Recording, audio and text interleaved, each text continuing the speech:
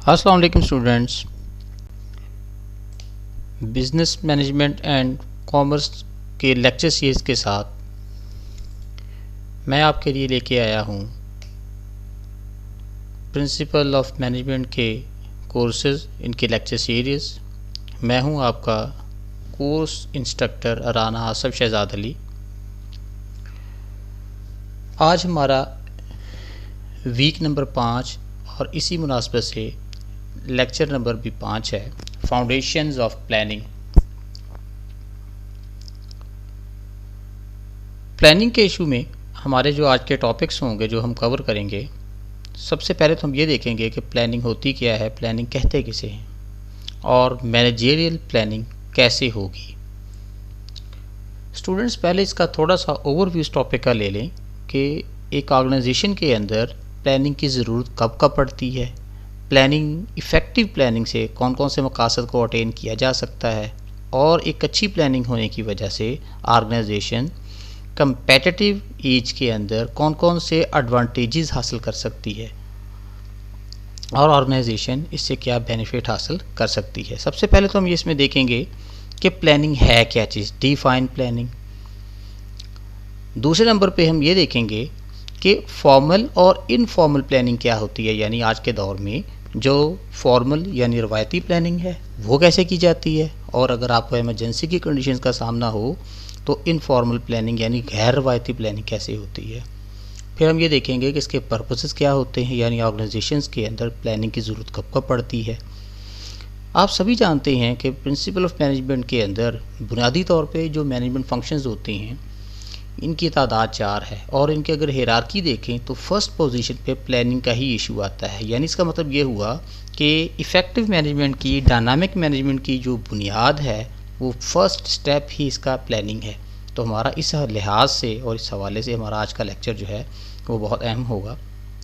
फिर हम ये देखेंगे कि इससे क्या क्या कंक्लूजन्स निकाल सकते हैं और इनके दरमियान रिलेशन क्या होता है प्लानिंग एंड परफॉर्मेंस का। ज़ाहिर सी बात है कि प्लानिंग एंड परफॉर्मेंस का जो आपस में रिलेशन है वो बड़ा गहरा है। प्लानिंग बेसिकली आपके लिए एक चार्टर होता है, एक एक्शन प्लान होता है, जिसको आप तमाम हालात की, एनवायरनमेंट की स्कैनिंग करने के बाद उसको आप मुतय्यन करते हैं, उसको सेट करते हैं, और उसके अंदर वो तमाम चीज़ें अपनी जगह पे रखी जाती हैं, जैसे जैसे और जिन जिन चीज़ों की और जिन जिन एक्टिविटीज़ की, जिन जिन ऑपरेशंस की आपको ज़रूरत पड़ती है। और प्लानिंग हर ऑर्गेनाइजेशन में की जाती है, चाहे वो ऑर्गेनाइजेशन मैन्युफैक्चरिंग हो, चाहे ट्रेडिंग हो, और चाहे सर्विस बेस्ड हो। आगे बढ़ते हुए हम इसका डिटेल देखते हैं कि how to manage a plan. फिर नेक्स्ट स्टेप पे हम ये देखेंगे कि मैनेजर्स प्लानिंग कैसे करते हैं, और डिफाइन गोल्स एंड प्लान्स। अब दो चीज़ें यहाँ पे आ गई, गोल्स क्या चीज़ होती हैं और प्लान्स क्या होते हैं। ज़ाहिर सी बात है कि प्लान्स तो हम अपनी उन हिकमत अमली को कहते हैं जो अपनी मैनेजमेंट एक्टिविटीज़ को परफॉर्म करते हुए इसको हम इस्तेमाल करते हैं, और एक ऐसा शेड्यूल तरतीब देते हैं कि जिसके मुताबिक हमने अपने काम को, अपनी एक्टिविटीज़ को परफॉर्म करना। जबकि गोल उन मकासद को कहा जाता है जो कि किसी भी प्लान का एंड रिजल्ट्स हो सकते हैं। तो इसका मतलब ये हुआ कि इनमें दोनों में, यानी प्लान्स के अंदर और गोल्स के अंदर एक बड़ा यूनिक और करीबी ताल्लुक़ होता है। और अगर प्लान जो है एज़ इट इज़ उसके ऊपर अमल दरामद किया जाए जैसे आपने इसको सेट किया होता है, तो डेफिनेट सी बात है कि जो इसके अंदर आपने मकासद सेट किए होते हैं वो भी अटेन होना शुरू हो जाएंगे।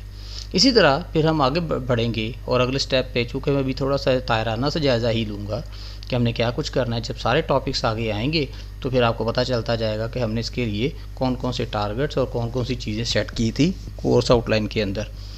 फिर हम ये देखेंगे establishing goals and developing plans, यानी गोल सेट कैसे किए जाते हैं। जब आपके सामने आपके मकासद होते हैं तो फिर उसके मुताबिक जो आपने अपने पीयर्स के साथ, अपनी मैनेजमेंट टीम के साथ मिलकर जो प्लानिंग करनी होती है तो उनको भी हम इस्तेमाल करेंगे। सबसे पहले तो इसके अंदर हम देखेंगे कि ट्रेडिशनल थिंकिंग क्या है इसके मतलब, और ट्रेडिशनल गोल सेटिंग थीरी क्या कहती है, और इसी तरह फिर explain the concept of means and chain. यानी ये जो मरहला है प्लानिंग का, ये स्टार्ट तो प्लानिंग से होता है, तो ये एंड कहाँ पे होगा जाकर। डेफिनेट सी बात है, ये जो आपने गोल सेट किए होते हैं इन गोल्स पे होगा, और उसके बाद ये चेक किया जाएगा कि हमने जो गोल सेट किए थे आया कि वो अचीव हो गए हैं या नहीं हुए। फिर हम ये देखेंगे describe the management by objective approach, MBO, management by objective approach. ये बेसिकली उन हालात में भी ये प्लानिंग को इस्तेमाल किया जाता है जब आपको गैर मामूली हालात का सामना हो या जैसे आपके सामने हालात हों। अगर आप देखते हैं बिज़नेस के अंदर ऑर्गेनाइजेशन को मुख्तलिफ़ किस्म की इकोनॉमिक कंडीशंस का सामना करना पड़ सकता है। अगर बूम की कंडीशन है तो उसके मुताबिक मैनेजमेंट कर लेंगे, अगर आपको रिसेशन का सामना है तो आप उसके मुताबिक मैनेजमेंट कर लेते हैं। तो मैनेजमेंट जो है ये एक रिजिड चीज़ का नाम नहीं है, बल्कि मैनेजमेंट हमेशा डायनामिक और पोटेंशियल नेचर की होती है। जैसे जैसे हालात के अंदर तब्दीलियाँ वाक़ई हो रही होती हैं, हम अपने प्लानिंग स्ट्रक्चर के अंदर भी वैसे वैसे तब्दीलियाँ करते हैं। और अगर हम वो तब्दीलियाँ अपनी प्लानिंग मॉड्यूल के अंदर इनकॉर्पोरेट ना करवाएं तो हमें बहुत सारे लॉसेस का सामना करना पड़ सकता है।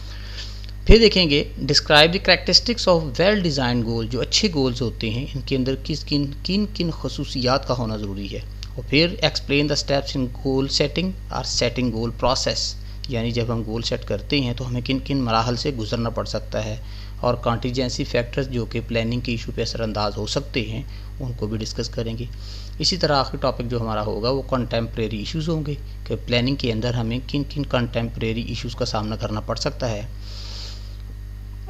तो स्टूडेंट्स अब हम अपने पहले टॉपिक की तरफ मूव करते हैं और देखते हैं कि प्लानिंग है क्या। हम अपनी इस लेक्चर की जो स्टार्ट है वो प्लानिंग की डेफिनेशन से ही करेंगे कि प्लानिंग कहते किसे हैं। जैसा कि आप सभी जानते हैं कि इसके नाम से ही ज़ाहिर है, प्लानिंग मीन किसी चीज़ को प्लान करना, किसी चीज़ की मनसूबाबंदी तैयार करना। जब आप हालात की स्कैनिंग कर लेते हैं, तमाम डेटा आपके सामने होता है, इकोनॉमिक कंडीशंस आपके सामने होती हैं, आपको अपनी मैनेजमेंट टीम का पता होता है, तो फिर आप उनकी एक्टिविटीज़ डिज़ाइन करते हैं, तो चीज़ों के मतलब प्लान करते हैं। तो प्लानिंग होती क्या है बेसिकली, पहले हम इसको ये देखेंगे।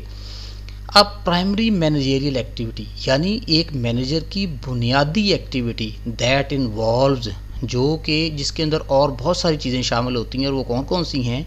Defining the organisation goals. आप पहले ये बताएंगे कि ऑर्गेनाइजेशन के मकासद क्या है, यानी एक स्पेसिफिक ऑर्गेनाइजेशन के अंदर कुछ एक्टिविटीज़ परफॉर्म की जा रही हैं।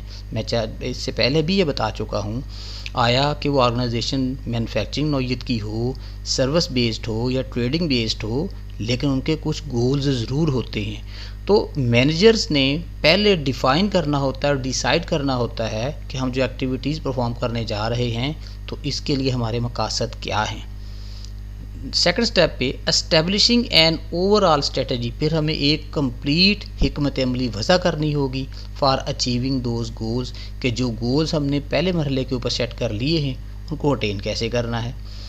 Developing plans for organisational work activities, और फिर ये मनसूबाबंदी भी करनी है। डेफिनेट सी बात है कि जब आपने प्लानिंग कर ली है और कुछ मकासद सेट कर लिए हैं तो मकासद को अटेन करने के लिए भी आपको हिकमत अमली वज़ा करनी पड़ती है। तो उस हिकमत अमली के अंदर आपने ऑर्गेनाइजेशन के अंदर ये भी तो डिसाइड करना है कि कौन कौन शख्स क्या क्या ड्यूटी परफॉर्म करेगा।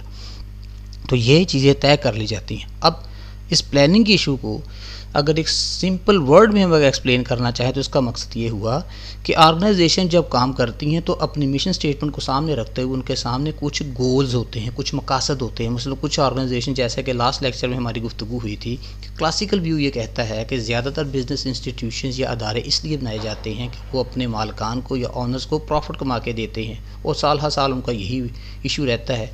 लेकिन सोशियो इकनॉमिक व्यू क्या है इस चीज़ के मतलब कि आप प्रॉफिट ज़रूर कमाएं, लेकिन ऑर्गेनाइजेशन का जो पार्ट हैं लोग, जो आपकी मैनेजमेंट टीम का हिस्सा है या आपकी लेबर टीम का हिस्सा है या आपकी सोसाइटी है, आपकी उन एक्टिविटीज़ से या उनसे हासिल होने वाली आमदन पे उनका भी कुछ राइट होता है। तो उनको भी आपने एक सोसाइटी के एक्टिव पार्ट होने की हैसियत से आप उनके जो मकासद हैं या उनके जो फलाह है उसको भी मद्देनज़र रखेंगे।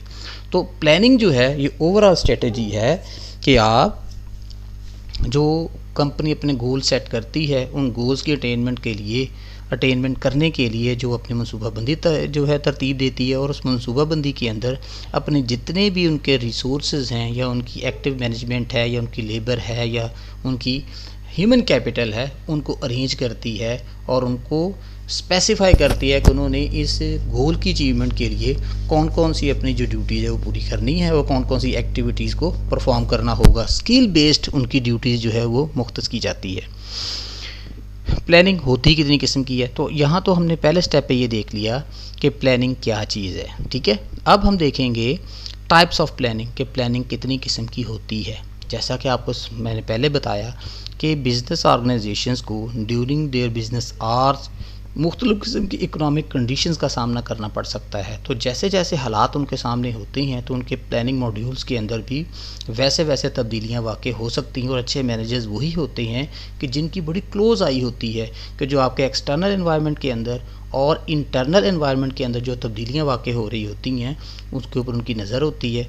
और जैसे ही माहौल तब्दील होता है, यानी आपका एक्सटर्नल एनवायरनमेंट जो होता है, बेसिकली ऑर्गेनाइजेशन के साथ कुछ लोग ऐसे होते हैं जो इंटरनल स्टेक होल्डर्स होते हैं, उनकी पॉलिसीज़, उनकी वर्किंग, उनके काम इसके ऊपर असरअंदाज होते हैं। और बिल्कुल इसी तरह कंपनी का एक एक्सटर्नल एनवायरनमेंट भी होता है और वो लोग भी कंपनी की वर्किंग के ऊपर असरअंदाज हो सकते हैं। मसलन गवर्नमेंट की पॉलिसीज़ होती हैं जो असरअंदाज हो सकती हैं आपकी एक्टिविटीज़ के ऊपर। इसी तरह आपके क्रेडिटर्स होते हैं, इसी तरह आपके डेटर्स होते हैं।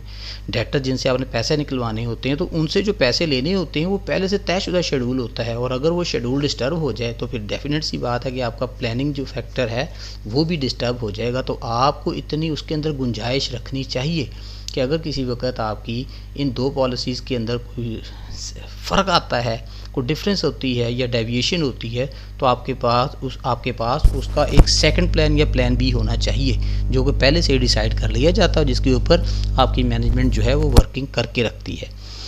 प्लानिंग दो किस्म की होती है, इनफॉर्मल यानी गैर मामूली हालात का जब सामना होता है, और दूसरी होती है फॉर्मल जो कि मामूली हालात के लिए होती है।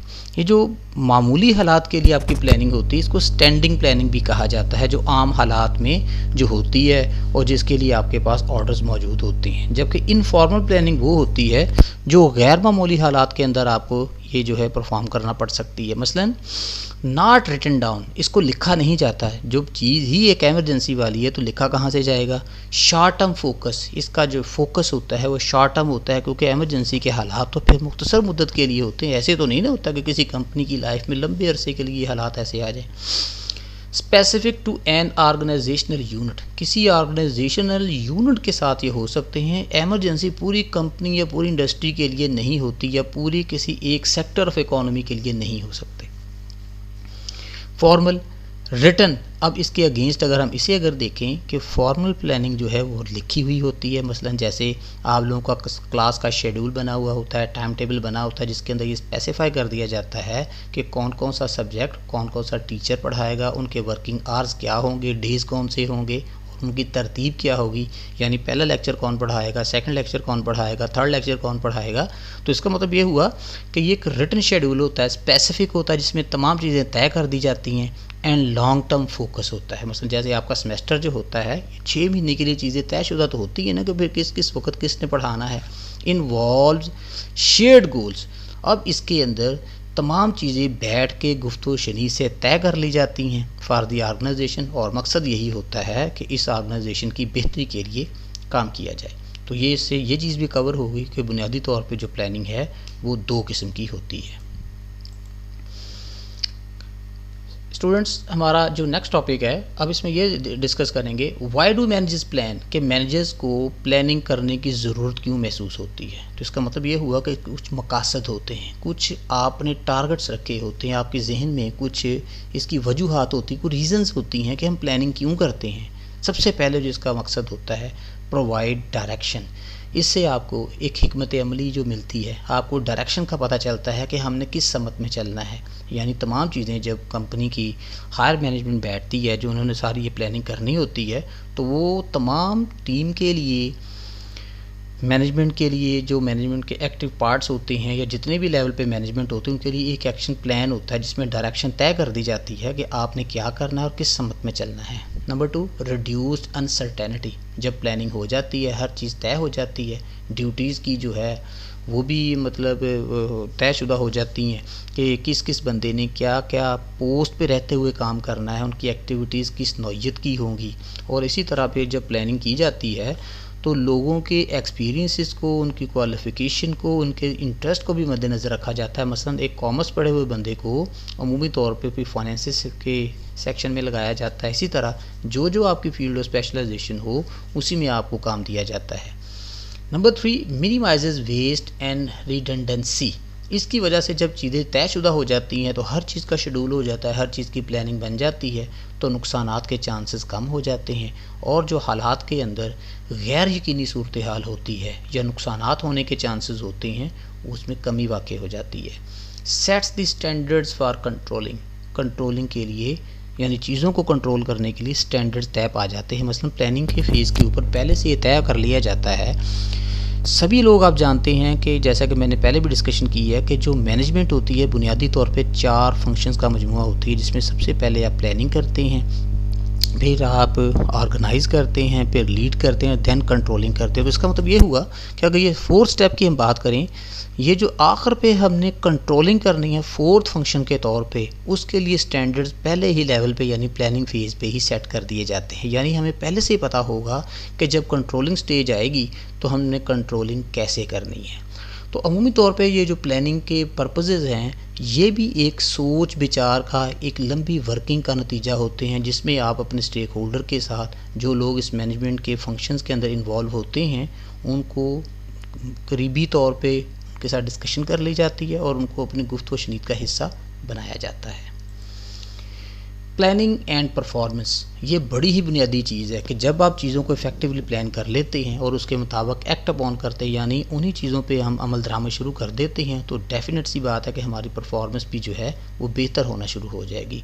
और अगर अच्छी प्लानिंग होगी तो परफॉर्मेंस भी उसके मुताबिक होगी। और अगर आप ये महसूस करते हैं कि प्लानिंग के अंदर कोई झूल है, इसके अंदर कोई कमी रह गई है, हमने तमाम इंडिकेटर्स को, तमाम फैक्टर्स को, तमाम वेरिएबल्स को मद्देनज़र नहीं रखा, तो देयर आर चांसेस कि आपकी परफॉर्मेंस भी उसके मुताबिक ऐसी ही हो जिसमें तमाम चीज़ें क्लियर ना हो, काम करने वाले को ना पता हो कि हमने क्या काम करना है। तो हम यहाँ से एक चीज़ डिसाइड करते हैं कि प्लानिंग एंड परफॉर्मेंस के अंदर डायरेक्ट रिलेशन होता है।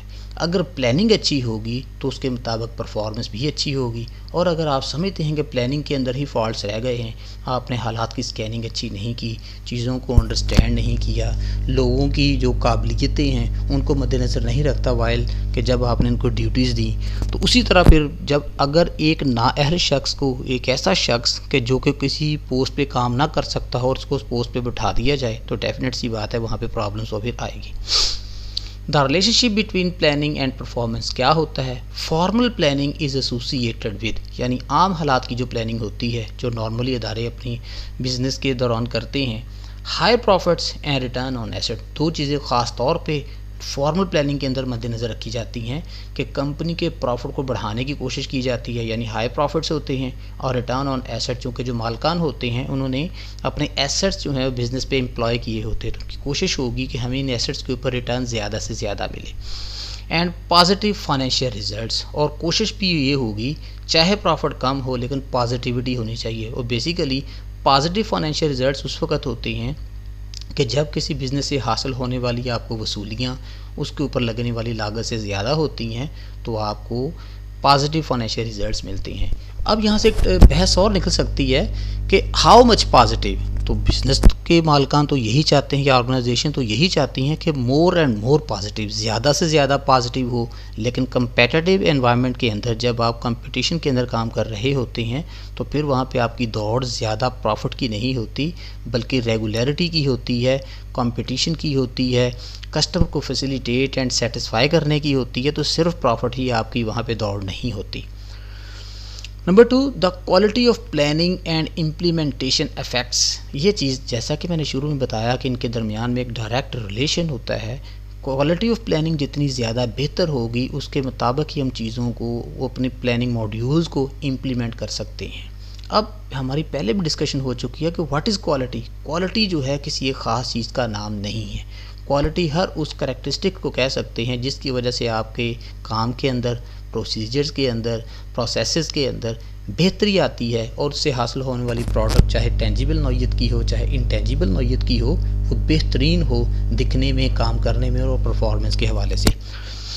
Implementation affect performance more than the content extent of planning, यानी उसके जो असरात हैं ज़्यादा होने चाहिए। वैसे तो ये ख्याली सी बात लगती है, आप जिस चीज़ के ऊपर जितनी तगदो करते हैं आपको नताइज उसके मुताबिक ही मिलते हैं। अब ऐसे नहीं होता है कि आपने किसी चीज़ के ऊपर इतनी ज़्यादा तगदो नहीं की और आपको रिज़ल्ट उससे ज़्यादा मिल जाए। बाज़ वक़्त मार्केट की कंडीशंस ऐसी होती हैं कि आपको इसका पॉजिटिव इम्पैक्ट मिलता है या आपको कुछ एज मिल जाता है ओवर द अदर परफॉर्मर्स और कंपेटिटर्स।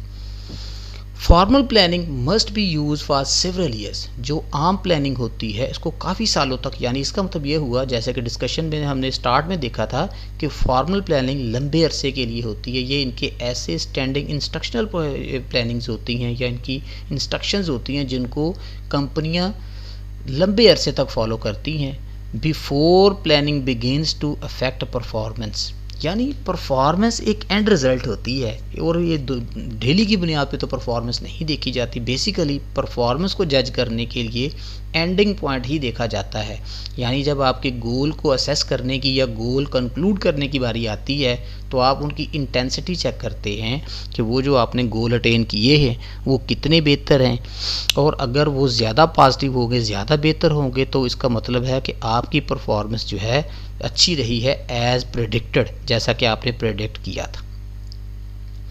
स्टूडेंट्स, हम अब अगले मॉड्यूल की तरफ चलते हैं। How do managers plan. Managers planning कैसे करते हैं? बुनियादी तौर पे हमें इस पहले तो ये समझना होगा कि प्लानिंग कैसे करने से पहले कि प्लानिंग के एलिमेंट्स क्या हो सकते हैं, प्लानिंग के अंदर क्या क्या चीज़ें शामिल हो सकती हैं। अब हमारी जो डिस्कशन है अमूमी तौर पे, जैसा कि मैंने आपको चैप्टर की इस टॉपिक की इंट्रो देते हुए बताया था कि इसमें दो चीज़ें होती हैं, गोल्स एंड प्लान्स। गोल्स क्या होते हैं? किसी भी प्लानिंग प्रोसेस का एंड रिजल्ट्स होती हैं, और जो गोल्स होते हैं बेसिकली आपके लिए वो मुहर्रकात होते हैं जिसकी बुनियाद पे आप प्लानिंग मॉड्यूल्स को तय करते हैं। गोल्स और ऑब्जेक्टिव्स क्या चीज़ होती है? डिज़ायर्ड आउटकम्स, ऐसे नताइज जिसकी आपको चाहत हो, यानी ऐसी चीज़ें जो कंपनी की फेवर में हों, for individuals, groups and entire organisation. ये दो तीन ही चीज़ें जो है ऑर्गेनाइजेशन के अंदर इन्वॉल्व होती हैं कि इनफरादी शख्सियात को मिला के मुख्तलिफ वर्किंग ग्रुप्स बनाए जाते हैं, और वो तमाम के तमाम वर्किंग ग्रुप्स जो होते हैं वो कंपनी की जो कॉमन ऑब्जेक्टिव्स होते हैं उनके लिए काम करते हैं। अब कॉमन ऑब्जेक्टिव उम्मी तौर पे कंपनी को यही हो सकता है to facilitate the customer and to earn the sufficient profit. और सफिशेंट प्रॉफिट जो है वो मुख्तलिफ लोगों के जहन में इसकी आइडियोलॉजी डिफरेंट हो सकती है। Provide direction. प्लानिंग यानी ये जो गोल्स हैं ये आपको डायरेक्शन देते हैं कि आपने काम करना है तो किस नौइयत का करना है, इसकी इंटेंसिटी क्या होगी, इसका लेवल क्या होगा, लेवल ऑफ कॉम्पिटेंसीज क्या होगा इसके अंदर, एंड वैल्यूएशन परफॉर्मेंस क्राइटेरिया। और इसमें ये भी तय कर लेते हैं कि इन गोल्स को, ऑब्जेक्टिव्स को अटेन करने के लिए जो हमने परफॉर्मेंस क्राइटेरिया तय किया है उसकी एवेल्यूएशन भी करनी है, यानी उसके नताइज के ऊपर भी आपने नज़र रखनी है कि वो कितना बेहतर रहा। तो मैंने जैसा कि पहले कहा कि गोल्स जितने भी बेहतर होंगे बेसिकली इस चीज़ के अकास होंगे कि आपने चीज़ों को प्लान कितना अच्छा किया था।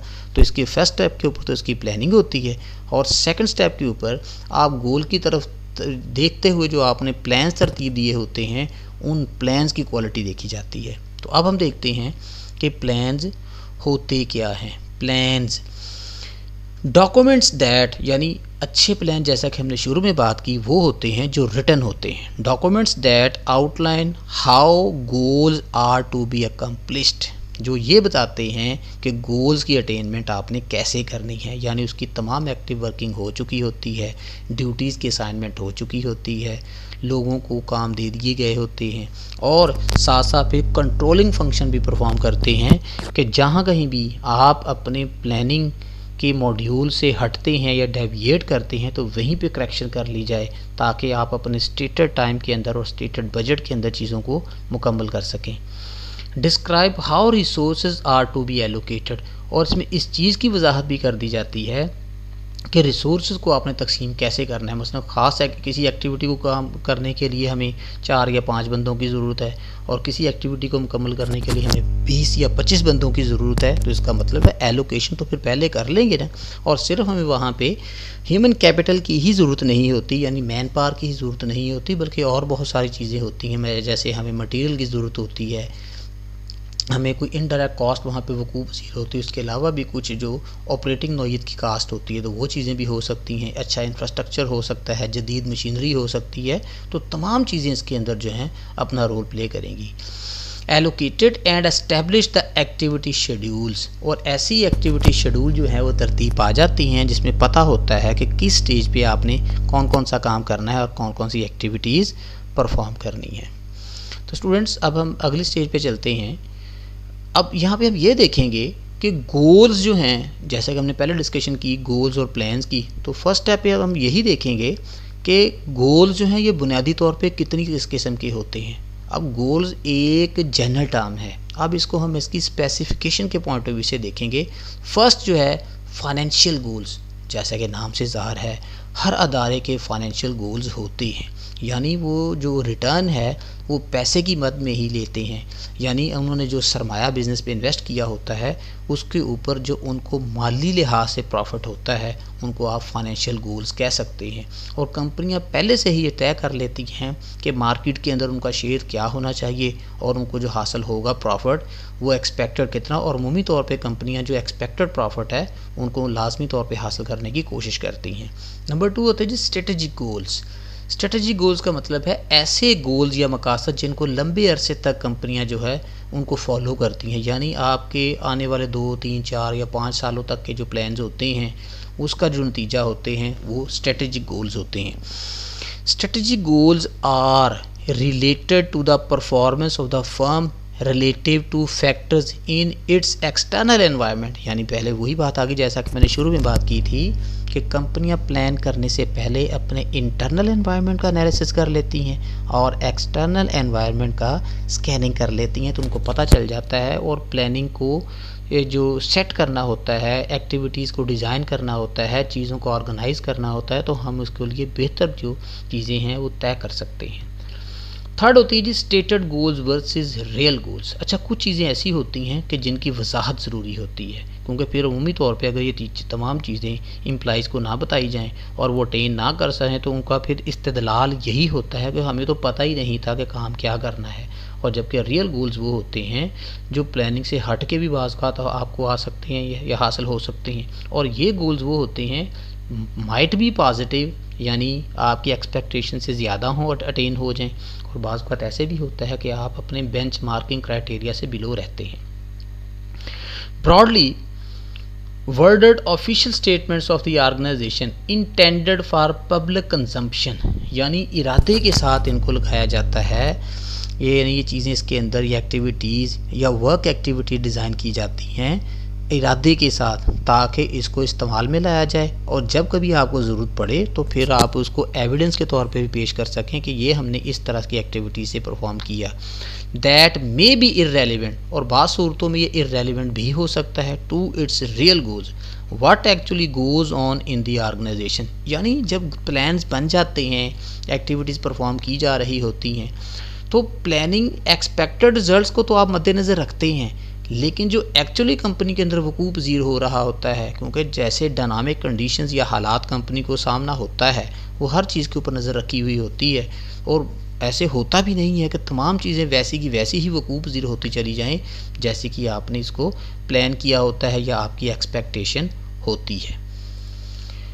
टाइप्स ऑफ प्लान, अगर हम इसकी एक कंप्लीट पिक्चर देखें कि प्लान जो हैं वो कितनी किस्म के होते हैं, तो इस ग्राफ को या इस डायग्राम को समझने के बाद स्टूडेंट्स के लिए आसानी हो जाएगी, उनको प्लान्स की क्लासिफिकेशन का पता चल जाएगा कि सबसे बुनियादी तौर पे ये जो ऊपर वाली लाइन है ये बेसिकली उस प्लान के क्लासिफिकेशन के नाम हैं कि कितनी किस्म के ग्रुप्स में या कितनी किस्म की जो प्लानिंग हम कर सकते हैं। सबसे पहले ब्रेड्थ यानी अपनी वुसअत के एतबार से, नंबर 2 है टाइम फ्रेम, यानी टाइमिंग फैक्टर को ज़हन में रखते हुए प्लानिंग हमारी कितनी किस्म की हो सकती है।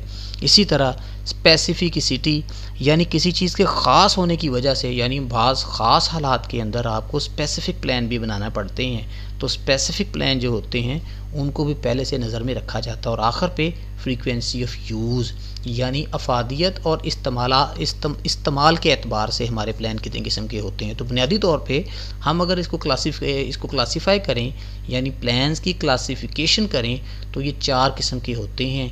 ब्रेड्थ यानी वुसअत के एतबार से, टाइम फ्रेम यानी वक़्त के एतबार से, स्पेसिफ़िक यानी ख़ास होने के एतबार से जो कि अमूमी तौर पे कंपनी को इस तरह के हालात जो एमरजेंसी के होते हैं उसमें इसकी प्लानिंग करना पड़ती है। और चौथे होते हैं फ्रीक्वेंसी ऑफ यूज़ यानी इस्तेमालात के एतबार से, जो प्लान ज़्यादा दफ़ा इस्तेमाल होते हैं उनको फ्रीक्वेंट यूज़ प्लानिंग कहते हैं। अब ब्रेड्थ यानी वुसअत के एतबार से जो प्लानिंग है वो 2 किस्म की होती है, वो स्ट्रेटेजिक नौइयत की होती है या ऑपरेशनल नौइयत की होती है। ऑपरेशनल जो होती है ये शॉर्ट टर्म के लिए आपकी प्लानिंग होती है कि आप चीज़ों को अटेन करने की जल्दी से जल्दी कोशिश करते हैं, जबकि स्ट्रेटेजिक ऐसे होते हैं जो लॉन्ग टर्म ऑब्जेक्टिव्स होते हैं कंपनियों के, और ये ऐसे इनकी जो प्लानिंग होती है जो आने वाले 3, 4 या 5 सालों के लिए हो सकती है। यानी कंपनी के जो रनिंग ऑपरेशंस होते हैं उनके ऑनगोइंग ऑपरेशंस जो होते हैं जो कंपनी ने अपने मेन टास्क के तौर पे साल हर साल काम परफॉर्म करने होते हैं, उनकी जो प्लानिंग होती है उनको हम स्ट्रेटेजिक प्लानिंग का नाम देते हैं।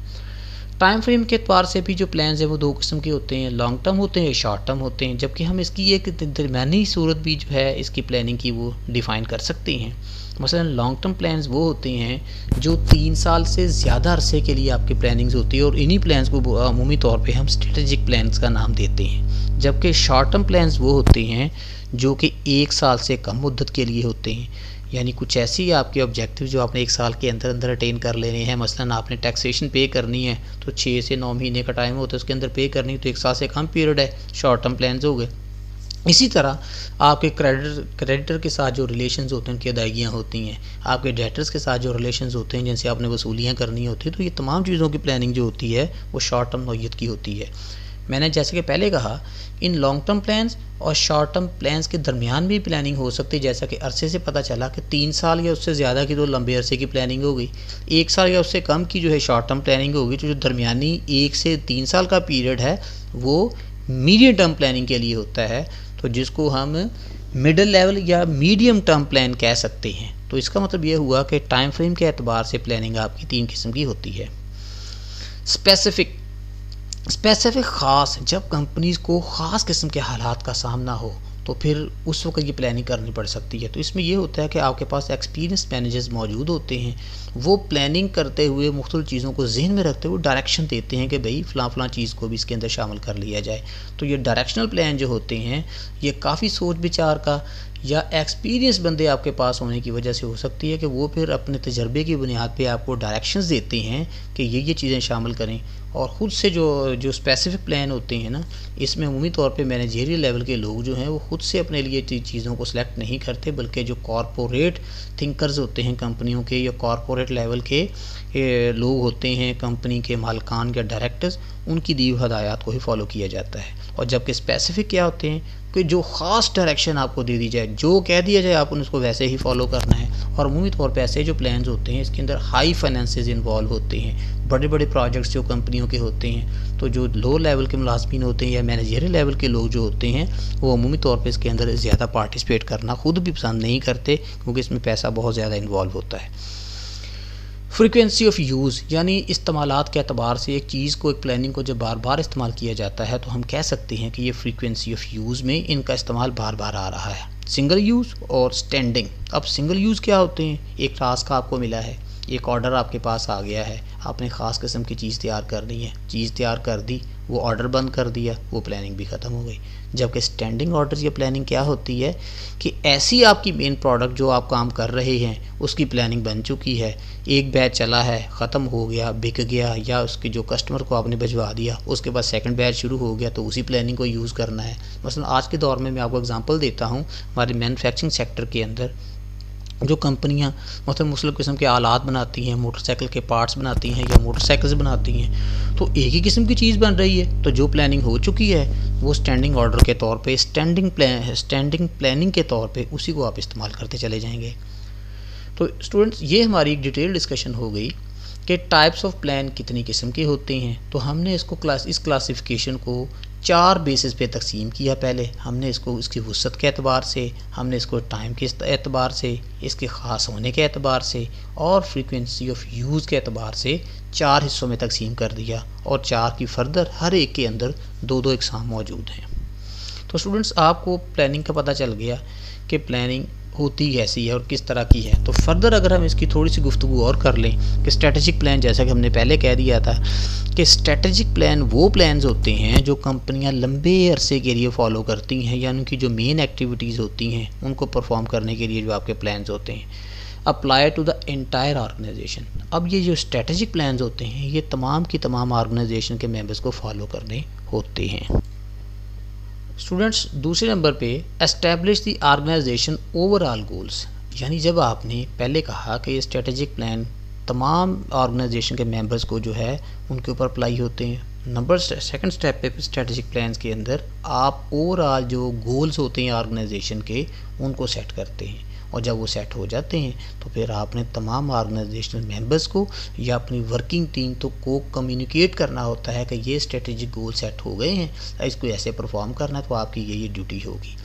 Seek to position the organisation in term of its environment, और एनवायरनमेंट की स्कैनिंग करते हुए, एनवायरनमेंट को मद्देनज़र रखते हुए, यानी किस किस्म के हालात हैं इकोनॉमिक पॉइंट ऑफ व्यू से, तो आप ऑर्गेनाइजेशन के मेंबर्स को उनकी ड्यूटीज असाइन करते हैं। Cover the extended period of time, और जो पहले से टाइम पीरियड तयशुदा होता है कि आपने कोई चीज़ों के लिए उनकी, चाहे वो मैन्युफैक्चरिंग सेक्टर में हो या सर्विस सेक्टर में हो, तो चीज़ों को अपने गिवन टाइम के अंदर मुकम्मल करना, और ये टाइम जो है ये बजटेड टाइम कहलाता है। ऑपरेशनल प्लान्स, ऐसे प्लान जो छोटी मुद्दत के लिए हो सकते हैं या फौरी तौर पे इनके ऊपर काम करना होता है, और जो आपको जिन हालात का सामना होता है उसके मुताबिक ही इनकी वर्किंग जो है वो की जाती है। Specify the detail of how the overall goals are to be achieve, इसके अंदर इस चीज़ की वजाहत ज़रूरी होती है कि जो आपने ओवरऑल गोल सेट किए हैं उनकी अटेनमेंट कैसे करनी है। ज़ाहिर सी बात, इसके अंदर दोबारा से डिस्कशन होगी, ड्यूटीज़ की असाइनमेंट होगी, लोगों की जो स्पेशलिटी देखी जाएगी, एक्सपीरियंस को देखा जाएगा, वर्किंग सीनियरिटी देखी जाएगी और स्किल लेवल देखा जाएगा।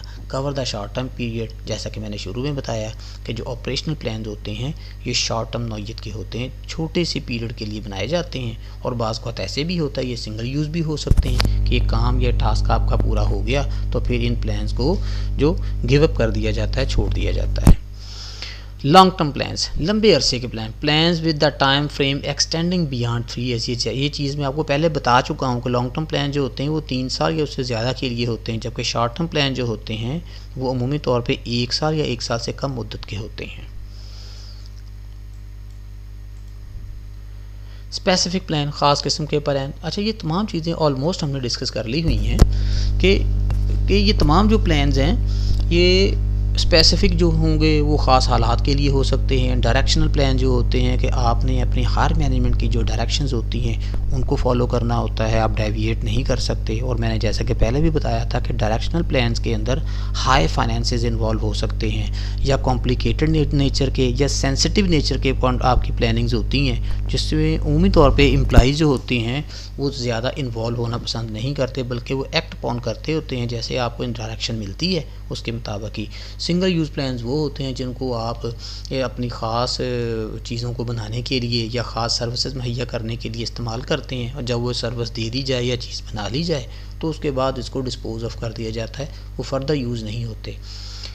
कंपनीज़ के मैन्युफैक्चरिंग ऑपरेशंस के अंदर अमूमी तौर पे 2 किस्म की स्ट्रेटजीज अपनाई जाती हैं, जिसमें जो सिस्टम यूज़ होते हैं कॉस्ट सिस्टम, एक प्रोसेस सिस्टम होता है और एक जॉब ऑर्डर कॉस्टिंग होती है। तो प्रोसेस तो वो चीज़ है जो एक लगातार अमल के नतीजे में एक जैसी चीज़ें कंपनियां बनाती रहती हैं और साल हर साल उस पर काम हो रहा होता है। मसलन जैसे नेस्ले पाकिस्तान लिमिटेड है, वो जूसेस तैयार करते हैं, पानी को प्योरीफाई करके तो पैकिंग करके मार्केट में भेजते हैं, तो ये साल हर साल से काम चल रहा है, वो चलता रहेगा। ये जो उनकी एक्टिविटीज़ होंगी इनको स्टैंडिंग प्लान्स कहेंगे। लेकिन एक ख़ास ऑर्डर आपके पास आ गया है, आपने उस ऑर्डर को फुलफ़िल करने के लिए जो प्लानिंग की है वो सिंगल यूज़ प्लान होगी, और उसके बाद आपको उस किस्म के हालात का दोबारा सामना ना करना पड़े तो इसका मतलब ये हुआ कि वो प्लानिंग दोबारा आपके लिए काबिल अमल नहीं रहेगी।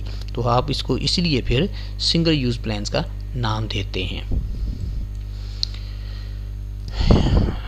थर्ड इशू हमने कोर्स आउटलाइन में डिस्कस किया था, एस्टेब्लिशिंग गोल्स, यानी गोल कैसे सेट किए जाते हैं, एंड डेवलपिंग प्लान्स। और इसके मुताबिक जब आपने गोल सेट कर लिए हैं तो फिर उसके मुताबिक आपको प्लान्स बनाने पड़ते हैं ताकि उन गोल्स को अच्छे तरीके के साथ बेहतरीन हिकमत अमली के साथ आप अटेन कर लें या हासिल कर लें। तो बुनियादी तौर पे जब हम गोल्स इस्टेब्लिश करने की बात करते हैं तो हमारे जहन में फ़ौरी तौर पे ख्याल आता है कि जो ट्रेडिशनल यानी रवायती तरीक़ेकार क्या है गोल सेटिंग का, यानी तमाम लोग जिनको इतना ज़्यादा डिटेल में नहीं पता होता है तो वो रवायती तरीक़ेकार अपनाती हैं गोल सेट करने के लिए। अब हर कंपनी के गोल्स मुख्तलिफ हो सकते हैं। हम तो कॉमन की बात करते हैं तो अमूमी तौर पे कंपनीज़ का कॉमन ऑब्जेक्टिव या गोल जो होता है वो हायर रिटर्न या मोर प्रॉफिट होता है। Broad goals are set at the top of the organisation. ये तमाम के तमाम जो बड़े बड़े गोल्स होते हैं ये कंपनी की हायर लेवल की मैनेजमेंट जो है वो सेट करती है। Goals are then broken into sub goals. बाज़ औक़ात अगर वो कॉम्प्लेक्स हों या बड़े हों तो फिर उन गोल्स को स्मॉल पार्ट्स के अंदर भी तकसीम कर दिया जाता है फॉर ईच ऑर्गेनाइजेशनल लेवल। आपको पता है कि एक ऑर्गेनाइजेशन के 3 लेवल होते हैं, 3 ही लेवल पे मैनेजमेंट होती है, तो इसका मतलब ये हुआ कि 3 ही लेवल पे आपकी प्लानिंग भी होगी। Assume that top management know best, यानी अमूमी तौर पे ये ख्याल किया जाता है जो हर लेवल की मैनेजमेंट होती है यानी आपके मैनेजर्स होते हैं अमूमी तौर पे वो ज़्यादा जानते हैं। डेफिनेट सी बात है कि बड़ी पोस्ट पे बैठने वाले बंदे अच्छी या ज़्यादा क्वालिफ़िकेशन के हामिल होते हैं, ज़्यादा एक्सपीरियंस के हामिल होते हैं, वर्किंग कंडीशन को ज़्यादा देखा हुआ होता है उन्होंने, because they can see the big picture. और ये ऐसे होता है कि उनकी नज़र जो है पूरे पोर्ट्रेट पे होती है, सिर्फ किसी एक पार्ट के ऊपर या किसी एक सेगमेंट के ऊपर नहीं होती। Goals are intended to direct. अमूमी तौर पे गोल्स को डायरेक्शन के थ्रू बता दिया जाता है, क्योंकि जब ये तमाम चीज़ें हायर लेवल मैनेजमेंट ने सेट करनी है तो वो फिर अपने जो सबॉर्डिनेट्स होते हैं या उनसे बिलो लेवल पे जो लोग होते हैं उनको वो डायरेक्शन देते हैं, गाइड उनको बताते हैं कि ये काम ऐसे करना है, एंड कंस्ट्रेंट फ्रॉम अबव, और ऐसे कामों से उनको रोक दिया जाता है जो उनके दायरा कार में नहीं आते, यानी उनको अथॉरिटी को फॉलो करने के लिए कहा जाता है, स्पैन ऑफ कंट्रोल के अंदर रहने की ताकीद की जाती है। Goals lose clarity and focus as lower level management attempt to interpret. अच्छा, अगर इन तमाम चीज़ों को आपका लोअर लेवल इस्टेब्लिश करने की कोशिश करे, एक्सप्लेन करने की कोशिश करे, तो इस तरह के जो प्लान्स होते हैं या इस तरह की जो आपके गोल सेट करने होते हैं वो अपना अफादियत और अपना मकसद जो है वो खो देते हैं। क्यों कि लोअर लेवल के जो मैनेजर्स होते हैं या इनके प्लानर जो होते हैं उनको इतना एक्सपीरियंस नहीं होता, उनको पूरे पोर्ट्रेट का नहीं पता होता है, वो फाइनेंशियल टर्म्स को इतने अच्छे तरीके से नहीं समझते होते, तो उनके लिए मुश्किल होता है तमाम पिक्चर को अंडरस्टैंड करना।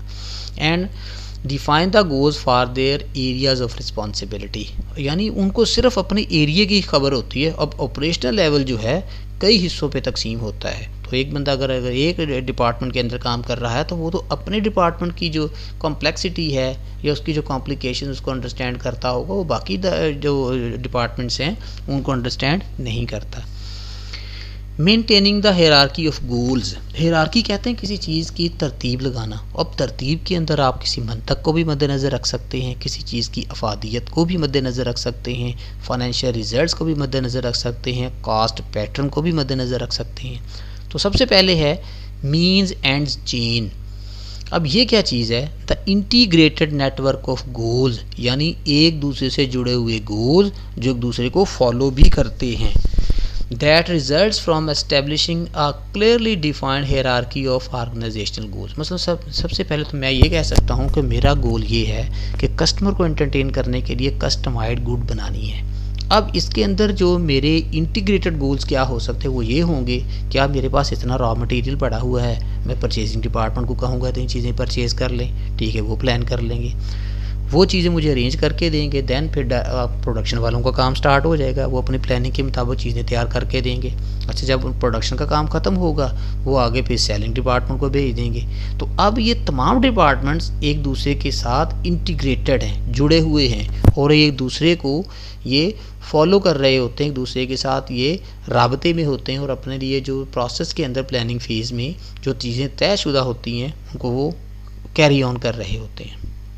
Achievement of lower level goal is the means, यानी वो बुनियादी चीज़ है लोअर लेवल की achievement, by which to reach higher level goals, यानी बुनियादी तौर पे सबसे पहले आपके पास लोअर लेवल के गोल्स अटेन होते हैं, और इसके बाद फिर आहिस्ता आहिस्ता आप मूव फर्दर, और अपने जो बड़ी पिक्चर होती है, बड़े मकासद जो होते हैं, उसकी अटेनमेंट के लिए आपकी एफर्ट्स शुरू हो जाती हैं।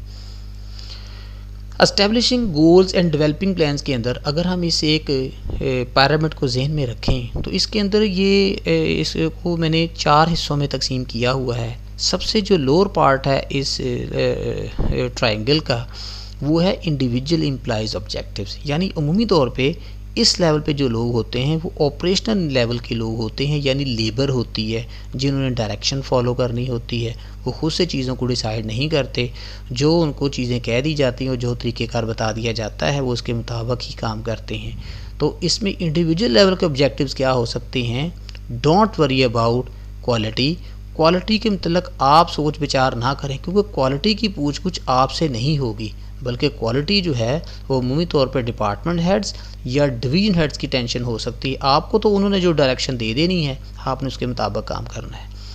मैनेजमेंट के अंदर ये जो दूसरा लेवल है, और प्लानिंग भी इसी तरह इसके स्टेज के ऊपर होती है, डिपार्टमेंट मैनेजर्स ऑब्जेक्टिव, यानी ये सेकंड लेवल आपके पास आ गया कि ये जो डिपार्टमेंट्स होते हैं एक अदारे के तहत काम करने वाले, याद रखें कि हमने एक अदारे के तहत अगर वो मुख्तलिफ़ किस्म की लाइन ऑफ प्रोडक्ट बना रहे हैं और हर प्रोडक्ट के लिए अलहदा जो यूनिट है इसको हमने SBU का नाम दिया था, स्ट्रेटेजिक बिजनेस यूनिट का।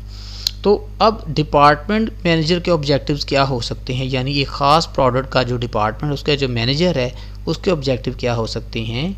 इंक्रीज़ प्रॉफिट, के प्रॉफिट को बढ़ाना है, रिगार्डलेस ऑफ द मीन्स, चाहे कोई भी तरीके का अख्तियार करना पड़े। यानी ये चीज़ें इनमें नहीं रखनी कि आपने कि आया वो प्रॉफिट जो है आपने अटेन कैसे किया है। उम्मीदी तौर पे तमाम चीज़ें लास्ट लेक्चर के अंदर हमने कुछ एथिक्स की बात की थी, तो एथिक्स को गो के फॉलो तो करना चाहिए, लेकिन अमूमी तौर पे इदारे अपनी इन पॉलिसीज़ को या इस तरह की जो बातें होती है उनकी वजाहत नहीं करते, और बाज़ वक़्त आपकी इकोनॉमिक कंडीशन भी इतनी स्ट्रेस में होती हैं कि आपको अपने ऑब्जेक्टिव्स के अटेनमेंट करने के लिए कोई आउट ऑफ द बॉक्स जो है वो भी काम करना पड़ सकता है। नंबर 3, डिवीजनल मैनेजर्स ऑब्जेक्टिव, यानी एक डिवीज़न के अंदर मुख्तलिफ़ किस्म की प्रोडक्ट भी आ सकती हैं। अब डिवीज़न हेड जो है इनका भी इमीडिएट बॉस होता है डिपार्टमेंट हेड्स का, तो इनके जो प्लानिंग के हो सकते हैं, यानी गोल के एस्टेब्लिश करने के ऑब्जेक्टिव वो क्या होते हैं? I want to see a significant improvement, यानी वो उनको एक हुक्म देते हैं कि हम इसके अंदर इस किस्म की तब्दीली चाहते हैं, significant improvement in this division profit, यानी बेसिकली ये ओवरऑल पिक्चर पोर्ट्रे कर रहे होते हैं, इन्होंने ही इसको टारगेट देना होता है। तो इसका मतलब ये हुआ कि इनका टारगेट जो कम हो सकता है, जबकि डिवीज़न मैनेजर का जो प्रॉफिट का टारगेट है वो ज़्यादा होता है। यानी इसका मतलब ये हुआ कि डिपार्टमेंट मैनेजर जो होते हैं ये डिवीज़न मैनेजर को सबॉर्डिनेट कर रहे होते हैं, और जब से सबसे ऊपर वाले की अगर हम बात करते हैं, ये टॉप मैनेजमेंट ऑब्जेक्टिव्स होते हैं जो कंपनी के डायरेक्टर्स या बोर्ड ऑफ डायरेक्टर्स जिसमें बैठते हैं, और जिसका चेयरमैन जो है वो चेयरमैन बोर्ड ऑफ डायरेक्टर या चीफ एग्जीक्यूटिव ऑफिसर बनाता है। तो चूंकि इनका काम इंटेंजिबल नौइयत का होता है, बेहतरीन कॉरपोरेट प्लानिंग यही लोग करते होते हैं कि कौन सी प्रोडक्ट लॉन्च करनी है, किस एरिया में बिज़नेस को कैरी ऑन करना है, कौन से ऑपरेशंस ऐसे हैं कि जिनको कंटिन्यू रखना है और कौन से ऑपरेशंस ऐसे हैं कि जिसको डिसकंटिन्यू कर देना है। तो इसमें किस किस्म की हो सकती है प्लानिंग, या वो गोल कैसे सेट कर सकते हैं? वी नीड टू इम्प्रूव, हमें ज़रूरत है इस चीज़ को इम्प्रूव करने की, द कंपनी परफॉर्मेंस, के कंपनी की परफॉर्मेंस अच्छी हो जाए। अब परफॉर्मेंस का मतलब अमूमी तौर पे ये होता है कि जो कंपनी ज़्यादा चीज़ें सेल करती है उसको ज़्यादा प्रॉफिट होता है, और ज़्यादा चीज़ें सेल करने से मार्केट में उनका शेयर बढ़ जाता है। तो मार्केट की पेनिट्रेशन स्टेज पे या मार्केट के ऊपर होल्ड करने की स्टेज पे उनका शेयर जब बढ़ता है तो कंपनियां इसी को परफॉर्मेंस या इसी को इम्प्रूवमेंट का नाम देती हैं। 4, डिवीजनल मैनेजर्स ऑब्जेक्टिव, यानी एक डिवीज़न के अंदर मुख्तलिफ़ किस्म की प्रोडक्ट भी आ सकती हैं। अब डिवीज़नल मैनेजर्स ऑब्जेक्टिव क्या हो सकते हैं? I want to see a significant improvement in this division profit, यानी वो उनको एक हुक्म देते हैं कि हम इसके अंदर इस किस्म की तब्दीली चाहते हैं, significant improvement in this division profit, यानी बेसिकली ये ओवरऑल पिक्चर पोर्ट्रे कर रहे होते हैं कि इनका जो टारगेट जो कम हो सकता है, जबकि डिवीज़न मैनेजर का जो प्रॉफिट का टारगेट है वो ज़्यादा होता है। Establishing goals and developing plans, ये उसी चीज़ को हम आगे लेके चलते हैं। तो सेकंड स्टेप है हमारे पास MBO का, मैनेजमेंट बाय ऑब्जेक्टिव। पहले जो हमने ट्रेडिशनल जो ऑब्जेक्टिव या गोल सेटिंग की बात की है वो आम हालात की बात होती है, जबकि ये जो मैनेजमेंट बाय ऑब्जेक्टिव है ये एक स्पेसिफिक क्राइटेरिया है जब कंपनी को गैर मामूली हालात का सामना होता है या चेंजिंग एनवायरनमेंट या चेंजिंग हालात का सामना होता है, तो वहाँ पे फिर माहौल की नज़ाकत को समझते हुए, इकोनॉमी की कंडीशंस को देखते हुए कंपनियाँ MBO प्लानिंग करती हैं, यानी मैनेजमेंट बाय ऑब्जेक्टिव। जिस किस्म के हालात का सामना होता है उसके मुताबिक अपने प्लानिंग शेड्यूल के अंदर तब्दीली जो है वो कर ली जाती है। तो हम इसको स्टार्ट करते हैं। सबसे पहले स्टेप इसके अंदर होता है जो MBO प्रोसेस है, specific performance goals are jointly determined, यानी उनको बैठ के तयशुदा तरीक़ों के साथ, यानी एक डिपार्टमेंट के जितने भी मैनेजरियल लेवल के लोग होते हैं वो मिलके बैठ जाते हैं और चीज़ों को डिसाइड करते हैं, एम्प्लॉइज़ एंड मैनेजर दोनों। और अच्छी कंपनी वो होती हैं जहाँ पे मैनेजर्स और एम्प्लॉइज़ यानी सबॉर्डिनेट्स मिलके प्लानिंग करें, क्योंकि इस तरह से उनके अंदर एक सेंस ऑफ बेसिकली एक सेंस ऑफ ऑनरशिप उनके अंदर पैदा होती है, एक सेंस पैदा होती है कि रिस्पॉन्सिबिलिटी कैसे लेनी है। और जब इंसान रिस्पॉन्सिबिलिटी लेता है तो फिर उसकी बेहतरीन सलाहियतें जो हैं वो फौरी तौर पे एक्टिव हो जाती हैं। नंबर 2 स्टेप इसके अंदर होता है progress towards accomplishment goals is periodically reviewed, यानी जब जैसे जैसे हम एक्टिविटीज़ को परफॉर्म करते चले जाते हैं उनको साथ साथ हम कंट्रोल भी करते हैं और प्रॉपर उनको लुक आफ्टर कर रहे होते हैं कि उसके अंदर कोई तब्दीली तो वाकई नहीं हो रही, कोई हमारी लॉस वाली एक्टिविटी तो नहीं हो रही। तो तमाम चीज़ों पे नज़र रखी जाती है। नंबर 3 रिवार्ड्स आर एलोकेटेड, बता दिया जाता है कि आपको इसका सिला क्या मिलेगा। अगर आप बेहतरीन काम करते हैं तो उसके मुताबिक आपको जो है फाइनेंशियल बेनिफिट दिया जाएगा, और अच्छा काम नहीं करते तो फिर भी इसकी पॉलिसी तयशुदा होती है on the basis of progress towards the goals. और उन लोगों को फिर उतना ज़्यादा बेनिफिट दिया जाता है जिनकी परफॉर्मेंस बेहतर होती है। मैंने पहले भी डिस्कशन की थी कि परफॉर्मेंस अप्रेजल जो है अदारों के अंदर जो एम्प्लॉइज़ हैं उनकी प्रमोशन के लिए लाजमी की जाती है। और दूसरी डिस्कशन भी हमारी हुई थी कि बाज़ कंपनियों को में लोगों को जब प्रमोट किया जाता है तो सीनियरिटी की बुनियाद पे भी कर सकते हैं, लेकिन ज़्यादातर जो डायनामिक एनवायरनमेंट जिनके होते हैं, ऐसी ग्रोइंग कंपनी जो कंपटीशन के अंदर काम कर रही होती हैं, तो वो परफॉर्मेंस को ज़्यादा जो है अहमियत देती हैं, तो वो परफॉर्मेंस अप्रेजल करती हैं एम्प्लॉइज़ का। तो ज़रूरी नहीं होता कि आपने सीनियरिटी या फिक्स पीरियड के बाद ही किसी को प्रमोट करना है, तो वो उनकी परफॉर्मेंस देखते हुए, उनके काम की नौयत को देखते हुए उनको जल्दी भी प्रमोट कर सकते हैं। की एलिमेंट्स, MBO के लिए की एलिमेंट्स क्या होते हैं, यानी बुनियादी एलिमेंट्स क्या हैं। सबसे पहले गोल स्पेसिफिक होने चाहिए, यानी पहले से चीज़ों को तय कर लिया जाता है कि आपने क्या करना है। पार्टिसिपेटिव डिसीजन मेकिंग होती है, यानी एम्प्लॉइज़ और मैनेजर्स ये मिलके बैठ जाते हैं जिन्होंने इस काम का हिस्सा बनना होता है। तो उनकी अच्छी वर्किंग रिलेशनशिप जो होती है, उनकी अच्छी थिंकिंग जो होती है, वो बेहतर गोल डिसाइड करने में मदद करती है। एंड एक्सप्लिसिट परफॉर्मेंस, ऐसी परफॉर्मेंस देना कि जिसके अंदर तमाम लोग, चाहे वो मैनेजरियल लेवल के हों चाहे वो लेबर लेवल के हों, बेहतरीन सलाहियतों को, बेहतरीन स्किल्स को इस्तेमाल में लाते हुए परफॉर्म करते हैं। एंड एवेल्यूएटेड द पीरियड फीडबैक, और फिर आखिर में ये देखा जाता है कि हमारी इस प्लानिंग के नतीजे में जो एक्टिविटीज़ हमने परफॉर्म की हैं उनका लेवल क्या रहा है, क्या वो बेंच मार्किंग क्राइटेरिया के मुताबिक या एज़ पर स्टैंडर्ड वही हैं जिसको हमने पहले डिसाइड किया था। अगर वो उसके मुताबिक ना हो तो फीडबैक में इसको हम देख लेते हैं। स्टूडेंट्स, ये मैंने आपके सामने इसी MBO प्रोग्राम की एक डायग्राम दी हुई है। तो इसमें ये 5 स्टेप्स हैं। ये पहला तो हो गया ना आपके पास स्टार्ट ऑफ MBA प्रोसेस, जबकि ये फर्स्ट स्टेप है, ये सेकंड स्टेप है, ये थर्ड स्टेप है, ये फोर्थ स्टेप है, ये फिफ्थ स्टेप है। और अगर रिवार्ड परफॉर्मेंस यानी यहाँ पे वैल्यूएशन भी होती है, एवैल्यूएशन के अंदर आप अगर महसूस करते हैं कि इस प्रोसेस को एज़ जैसा कि होना चाहिए था वैसे नहीं है, तो आप इस अमल को दोबारा से रिव्यू भी कर सकते हैं।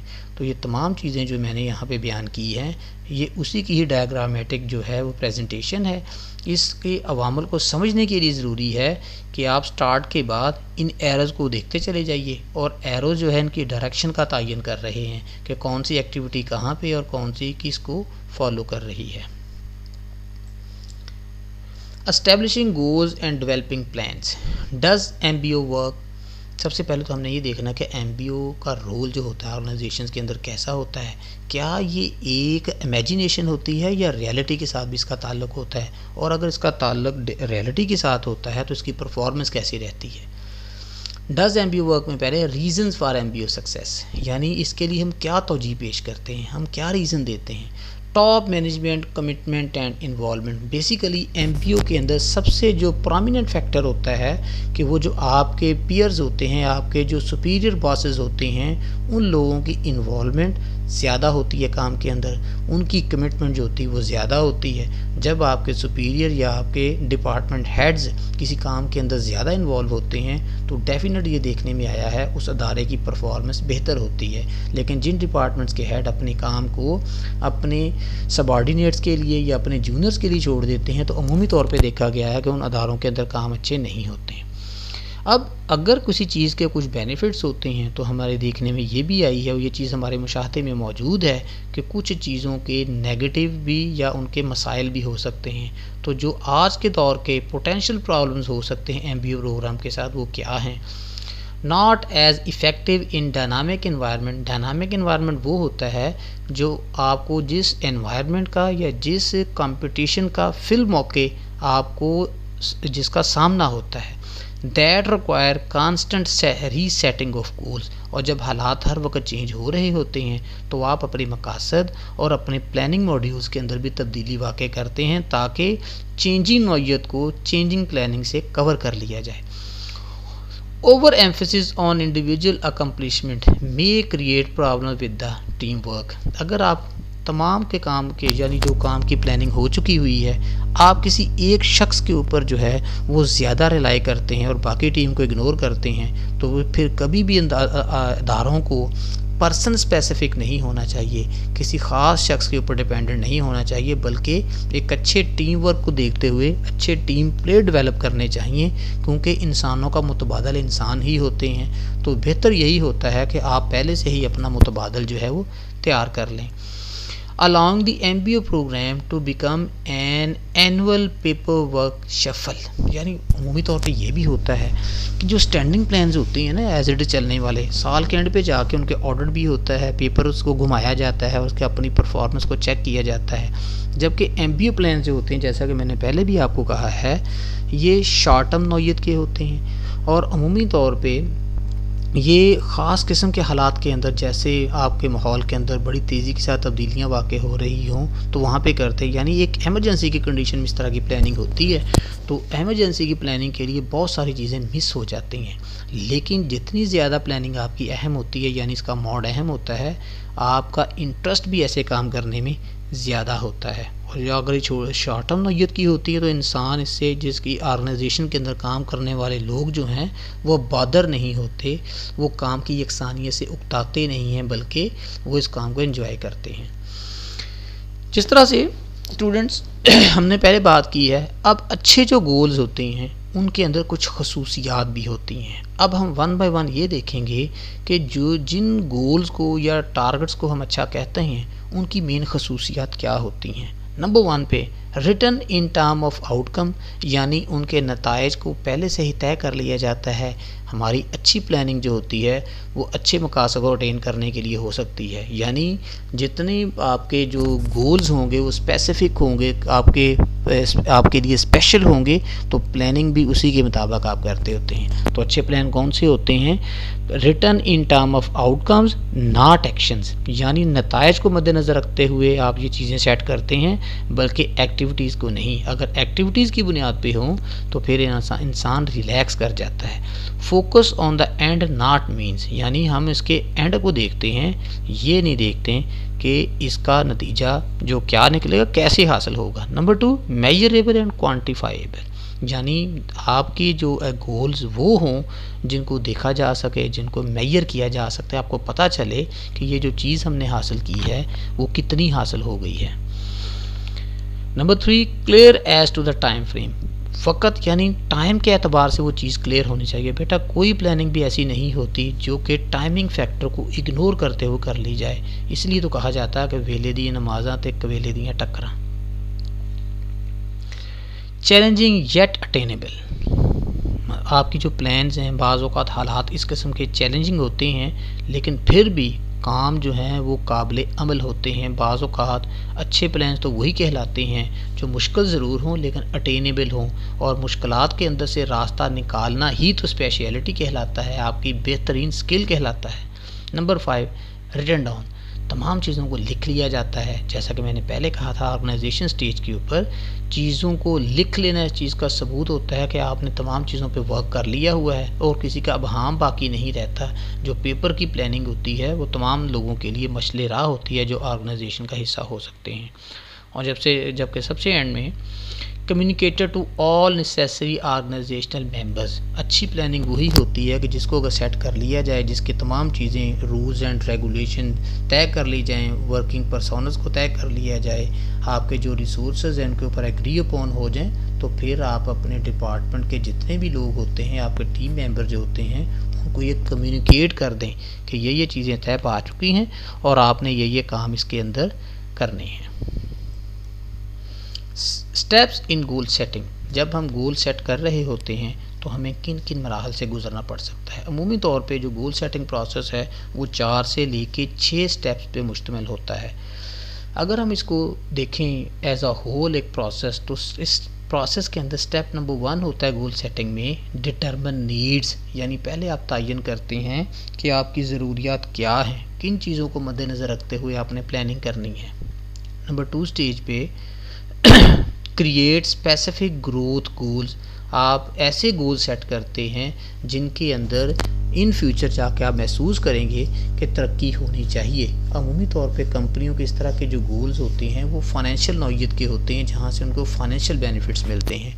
यूजिंग बेस लाइन डेटा, यानी बेस लाइन डेटा कहाँ से मिलेगा? ये जो आपने नीड्स डिसाइड की होंगी, यहाँ से आपको ये डेटा यहाँ मिल जाएगा। स्टेप नंबर 3 जो होगा इसमें, create and implement leadership and management strategies. Definite सी बात है, जैसे कि प्लानिंग के अंदर हमने डिसाइड भी किया था पहले और डिस्कशन हो चुकी हुई है कि सबसे पहले आपने एक अच्छी लीडरशिप का तयन करना होता है, क्योंकि लीडर्स के अंदर ये खसूसियात होती हैं कि लोगों की स्किल और पोटेंशियल के मुताबिक अपने लिए एक टीम सेलेक्ट करते हैं और अपनी ऐसी हिकमत अमली वज़ा करते हैं कि जिसकी बुनियाद पे आप अपने मकासद को अटेन कर सकते हैं। नंबर 4 स्टेप जो है इसी के ऊपर, और ये एक दूसरे के रिवर्सल भी होते हैं। अगर ये स्टेप सही ना हो तो फिर इसको अमल को दोबारा से दोहराया भी जा सकता है। स्टेप 4 है मॉनिटर प्रोग्रेस, यानी जो आपने स्ट्रेटजीज़ बनाई थी, एक्टिविटीज़ को परफॉर्म करना शुरू कर दिया, तो उनकी जो प्रोग्रेस को मॉनिटर करेंगे थ्रू ऑनगोइंग डेटा कलेक्शन, यानी जो एक्टिविटीज़ या काम हो रहे होते हैं उसका साथ साथ आप डेटा कलेक्ट करते हैं और उसको देखते हैं क्या वो जो तमाम चीज़ें हैं, जो एक्टिविटीज़ हमने परफॉर्म की हैं, वो हमारी फेवर में हैं या नहीं है। फेवर में का मतलब ये है कि वो पॉजिटिव हो, उससे आपकी जो वर्थ है उसके अंदर इजाफा हो या आपकी मार्केट शेयर के अंदर इजाफा हो। और लास्ट स्टेप जो होता है असेस गोल अटेनमेंट, यानी ये एक एवेल्यूएशन होती है कि जिसके अंदर हम ये देखते हैं कि हमने बाज़ चीज़ों के जहन में, बाज़ चीज़ों के मतलब अपना एक्सपेक्टेड रिज़ल्ट या एक्सपेक्टेड नताइज हमने ये सेट किए थे, लेकिन एक्चुअली जो नताइज आपको हासिल हो गए हैं क्या वो इसके ऊपर पूरा उतरते हैं इससे स्टैंडर्ड के ऊपर, या उससे बिलो रह गए हैं।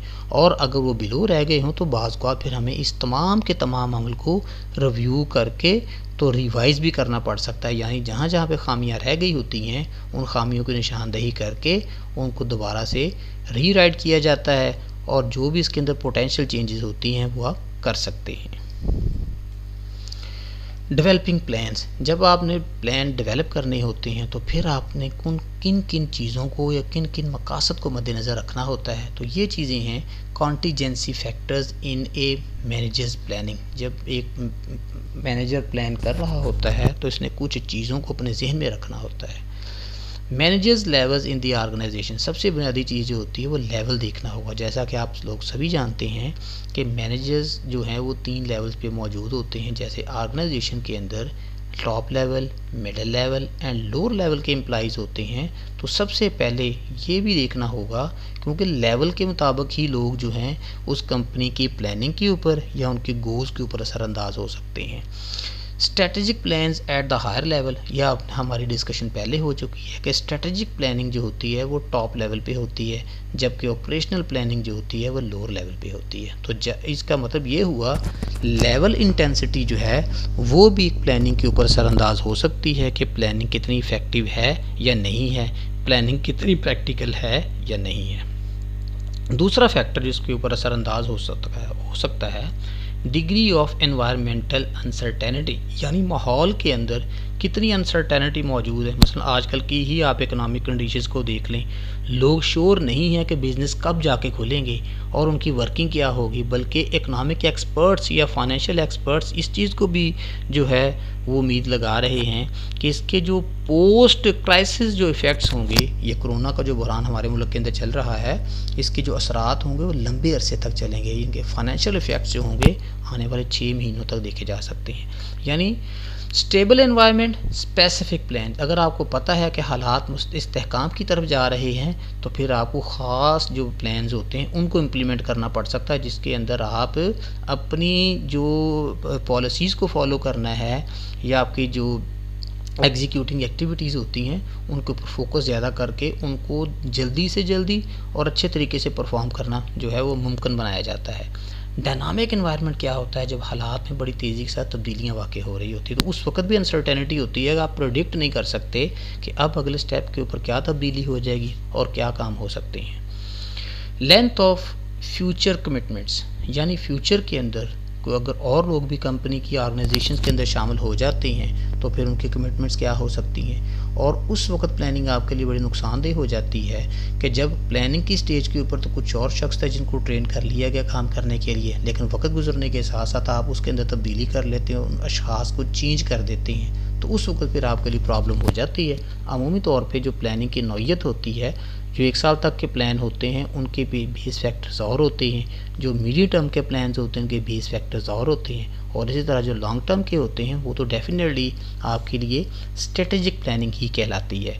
तो लेंथ ऑफ फ्यूचर कमिटमेंट्स जो हैं इसमें बुनियादी रोल इनका होता है। एक शख्स ने शुरू से काम कर रहा था, सही चल रहा था, उनकी जो वर्किंग रिलेशंस थे बाकी टीम के साथ बड़े अच्छे बने हुए थे, अगर उस बंदे को ही चेंज कर दिया जाए तो इससे बहुत ज़्यादा फ़र्क पड़ेगा। नया बंदा जब आएगा तो उसको तमाम हालात को समझने में, लेबर के साथ, मैनेजमेंट के साथ, पार्टिसिपेंट्स के साथ जो रिलेशन बनाने में एक टाइम लगता है, और जो वर्किंग रिलेशन होता है ना एट वर्क प्लेस, ये काम की कामयाबी के लिए बहुत अहम गर्दाना जाता है।